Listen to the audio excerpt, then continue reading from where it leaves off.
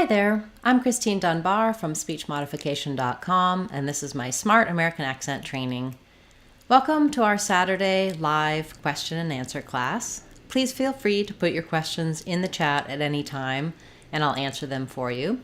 At the start of class today, I would like to talk a little bit about using contractions, and we're going to use the phrase I would have been as our example phrase to talk about the different ways we contract this and how you can use this phrase and speak it fluently like a native speaker would.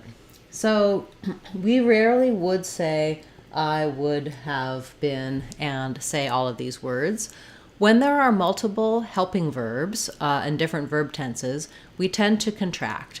And this is something that oftentimes non-native speakers don't feel comfortable with, maybe because you're taught the grammar of I would have been, so you know what that means. But native speakers would say this one of two ways. They would say, I would have been, and that's written contracted this way, where we just take the HA off of have, would have. What it sounds like is would have. When young American kids or young English-speaking kids first learn to write, they might write would have like would of, and they don't realize that it's spelled this way because that's what they hear and that's what they're saying, would have. They're using the vowel for would, and the of is the same as the word of, like think of. So I would have been. That's how we would say that one. And we can also contract it as I'd have been. And in this case, you can hear how I don't actually say I'd have been. I still am contracting. We just don't write it that way. So if we did write the contraction that way, it would be like this, I'd have. So I've rewritten that for you here like the word I'd it, I'd have been. That's the correct formal professional way. I would have been at the meeting if I could have. I'd have talked to her last week if possible. I'd have done that if I were you. These are all professional and correct. So contractions are not informal, they're not slang, they're how we pronounce these words in spoken English. We don't always write them in written English, particularly this one we don't write, but we do say it this way. I've just written it that way to represent how we contract it. We do have some more casual versions of the contractions as well in fluent speech. So I would have been, I can say that as I woulda. I would have done that if I were you. I woulda. And sometimes when that's written to represent how we say it, we write it that way, woulda. This is a little more casual. So at work, you're going to say, I would have gone to the meeting, not I would have gone to the meeting. But when you're talking with your friends or casually, you'll hear Americans use woulda, coulda, shoulda, rather than would have. And then same for I'd have. In connected speech, when you're talking with people, I'd have done that. I'd have been happy about it. You can also hear people contract that further or reduce that further to I'd have been there if I were you. So these two I've written in parentheses in a different color so you can see that they are more casual, but I'd have, I would have, formal, professional, and fluent and natural. So when you can say them correctly, you want to try practicing some phrases. I would have been late, I would have been there, I would have been happy, I would have been sad, so that you can feel that I would have or I'd have been there, I'd have been on time, I'd have been busy, so that comes smoothly and naturally to you. We'll talk about more contractions in future classes on Saturdays. I do also have a number of videos talking about how to use contractions, also similar to reductions, looking at would have versus woulda, the casual and the professional way. You can also see a lot of learning about fluent and natural speech in my Real Talk course. That's where I talk about how the written word differs from spoken English, and that's on speechmodification.com, as well as in my American Accent 6-week course and some of my other courses. I do go through all of the contractions of English to help you use them naturally. Generally, I suggest taking on one or two at a time because it can be overwhelming to look at all the different ways we contract, but the more contractions you can feel comfortable using, the more you'll sound like a native speaker, the more fluent and natural you'll sound when speaking English, and the better understood you'll be, most likely. So it's worth investing a little time in and practicing with that. Please feel free to let me know if you have any questions about this topic, or I see you have some questions about other topics as well. So I will turn to your questions now. If you're watching this later and not in the live broadcast, you can leave a question in the comments and I will go through those and get back to you with answers. You can also leave comments and questions on any of my Word of the Day videos or other playlist videos. I do go through those. I give people information, send them to videos that can help them, and I also add your words to my list to cover in a future class. Okay, we have a request for AR words like war, warm, warrior. So when the AR is together with a W, the W changes how we say the R sounds. So AR often will say the R sound in a word like car or bar. It's going to say R. But when we have a W in front of it, the AR letters change to the OR sounds. So war is the same. WAR has the exact same pronunciation as wore. I wore the clothes.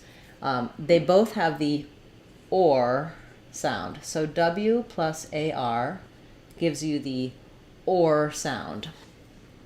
So wore, I wore, they wore clothes in the war. I also like using they wore warm clothes. Normally, I would rewrite that for you with the letters OR. When I do that, though, you see we get the word worm, which has the ER sound. So I usually write warm. To help people think of it, I write it with war plus an M. So basically pairing these words with another word with or. So for example, prepare for war, forward, another one is a good way to remember because for and war, forward, oh, that's forward, so that's not helpful. That's an sound. So that doesn't follow the rule. I wore 4 hats, 4 different hats. Warrior, that's challenging because it has an additional R sound. So that one, think about it like war, warrior. With a little bit, you can have a little bit of a y glide connecting the E and the warrior. She wore a warrior costume. I did recently cover WAR. I have a full video about this. I also talk about the word quarter there, which also has the war sound with the QUA. So it can be confusing. Just have a way of visualizing it so that you can remember that after W, the AR becomes an OR sound. Similarly, after W, the OR can become an ER sound. So words like worm, word, work, worth, worry, those all have the sound. So for worm, I like to think of that one as were plus M. Word is were plus D. So we were working, we were using words, we were seeing worms, we were worth something. It's confusing, but you can, once you can hear it, pair it with some other words that have the sound, if it's the letters WOR, or the OR sound, if it's letters WAR. If I have time after class, I'll put a link to my video with the words WAR.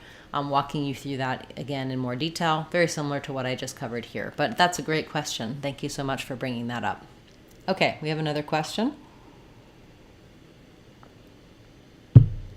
for in a sentence starting with am I, whether or not we can use the schwa sound in am. So if I'm just saying am I, I'm going to have probably the ah sound there, or I am,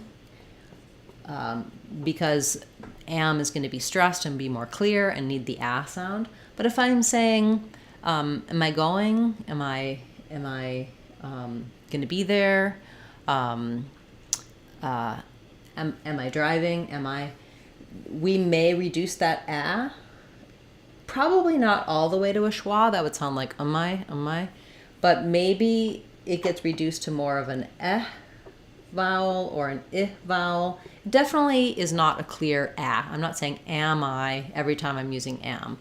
Am I. So I would say it gets a little bit more closed, a little bit reduced. That reduced ah, I also talk about that happens in the word that. The one that, again, it's not a specific vowel. If you think of it as a schwa, it's probably okay. You just really want to be able to have that reduced vowel and not be clear. So I don't want to do I with a clear schwa, but am I going to be there on time? Am I? It's sort of, I like thinking of it kind of as almost, I'm not using much vowel at all. That's a good observation. Thank you for that question. Okay, we have a question about,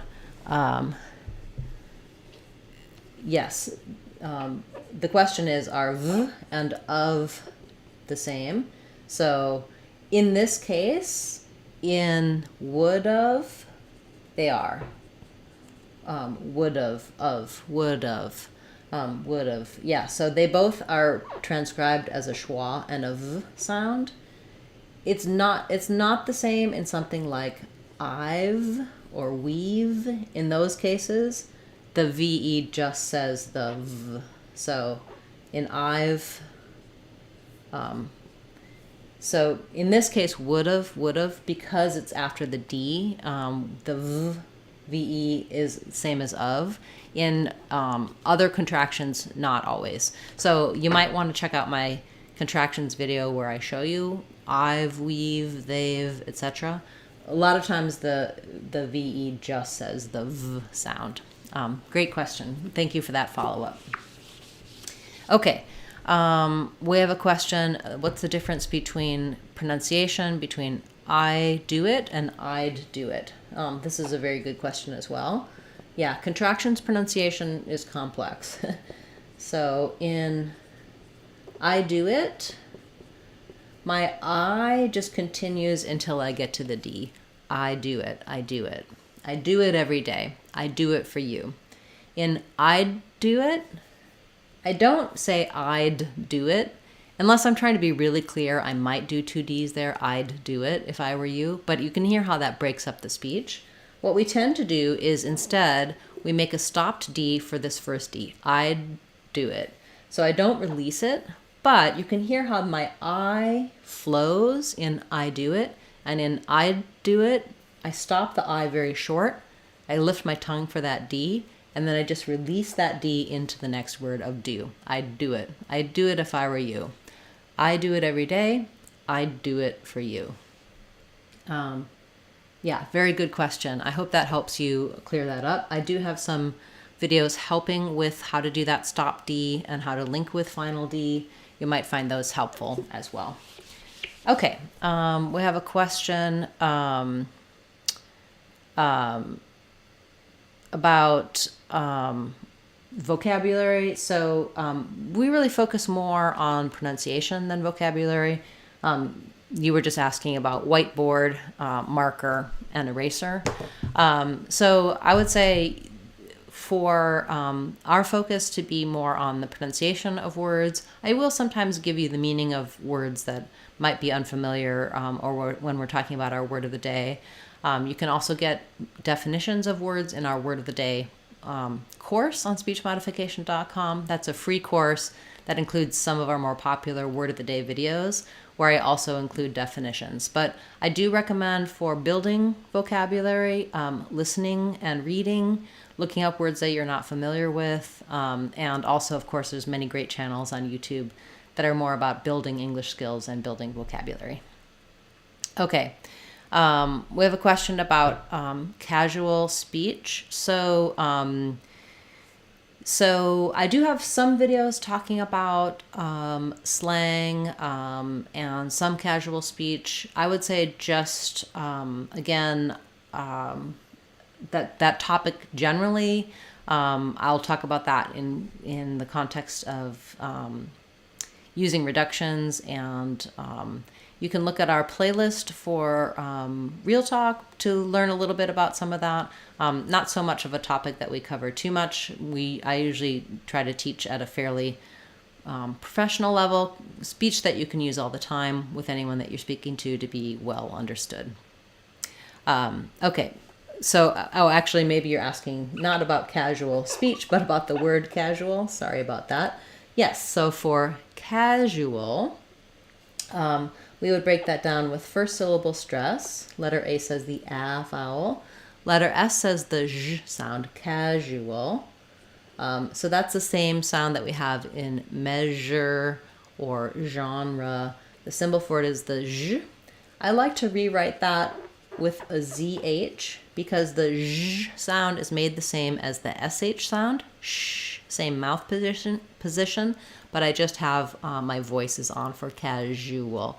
And then casual, the oo, we have a oo sound and a schwa and a dark L. So casual is how I would rewrite that, casual. And then for figure, in figure, we also have first syllable stress. And here we have the letter U saying the Y and the figure, the Y sound, and then it's an here, so a schwa. So I would rewrite that like figure. He was a casual figure in politics. Okay. Thank you. Sorry I misunderstood what you were asking about. Yes, I'm happy to cover the pronunciation of those two words. Okay. Other questions, feel free to ask them if you're here live. I will take a moment to look at some recent requests. So we recently had a request for the word paradox. We'll cover that. We have first syllable stress in paradox. Here, letters AR say the air sound. So I'll rewrite that like pair, as in a pair of shoes. Then my letter A is unstressed. We're going to have the sound. And letter O is going to have some secondary stress, and it's going to have my vowel. So I'll write that with AH for you. And here, letter X says the K and S sounds. So paradox is how we would pronounce that. It's a real paradox. Okay, great. We have one more question about the word seashore. So in seashore, this is a compound word, so we have our primary stress here and some secondary stress on shore, meaning that shore will have a clear vowel. Sea is where I'm going to hold that longer. And it's the same as the word to sea. And for shore, we just have the or diphthong. So seashore, you'll see that in the dictionary like seashore. So he was at the seashore over the weekend. Okay, great. Let's try one more. We'll look at the word drawl. So drawl has the ah vowel, but when we have the ah together with L, all, it's just like in the word all. I do have that rounded ah, but because I don't have time, I'm moving into the L, all. I have to lift my tongue for the L. You can think about it using the word all to help you. If the word all is difficult for you, you may think of that as all, having the tongue down and the lips somewhat rounded, and then lifting to the L. So we all drawl. The IPA would be first syllable stress. There's only one syllable. The aw vowel and the L vowel, drawl. He had a Texas drawl. Okay, great. We have a question about the difference between very and very. And in my regional dialect of English and a lot of mainstream English, these are exactly the same pronunciation. They both have the air diphthong with first syllable stress, so you can think about it like very. Some dialects of English, New York English, some other English may do this one more like vary with an a vowel. Same as words like marry, as in a merry person, marry the name, and marry, they'll get married. For all of those, I use the air, but there are some differences regionally and historically for these. But for the most part, thinking of them both as being air and being the same will get you by wherever you are and make you be well understood. I wouldn't really recommend going with vary for this very unless you're in New York and surrounded by other people speaking with that dialect. So I'm very interested, even though my interests can vary from day to day. Great. Okay, thank you. Wonderful questions today. We have a question about the word childhood. So in childhood, first syllable stress, the I says the I diphthong. The letter CH say the ch sound. So childhood. We may not release that D. It might sound unreleased, childhood. And then the O of hood is the vowel, like in good or book or put. So thinking of that as child. I guess I'll write the I this way, like in right. Childhood. I'll still use two O's for hood. Just be careful not to use an oo. It's not hood, but rather hood, childhood. Okay, wonderful. It's so nice to see so many of you here today. Thank you for the great questions. I'll be back again tomorrow with another word of the day. And on Saturday next week, we'll have our live question and answer class. If you're watching this later as a replay, do feel free to leave your questions in the comments and I can answer them for you in the future. We also have a number of different playlists looking at sounds of English, intonation, rhythms, names, all sorts of different areas to help you as you're pronouncing and speaking English. So do check those out on the channel page. And you can also check out our free and inexpensive online courses on speechmodification.com. We have a number of different courses to help you with basic pronunciation, American accent, and more advanced courses as well. So I hope you'll check those out. Thanks so much for being a part of class today and for watching this video. For your comments, liking, shares, subscribing, all of those things have helped the channel to grow, and I truly appreciate your support. I look forward to seeing our channel members in our weekly members class. Don't forget to leave your comments and questions, and I answer them right away the same week. That's one of the perks of channel membership. If you're interested in becoming a channel member, you can click the subscribe button and then it'll show you a button that says join. You can click that and check out the different perks that we offer to our channel members. Thanks so much for your support and for being here today. I'm Christine Dunbar from speechmodification.com. Remember, if you want to sound like a native speaker, you can do it. speechmodification.com. Bye everyone. Hope to see you again soon.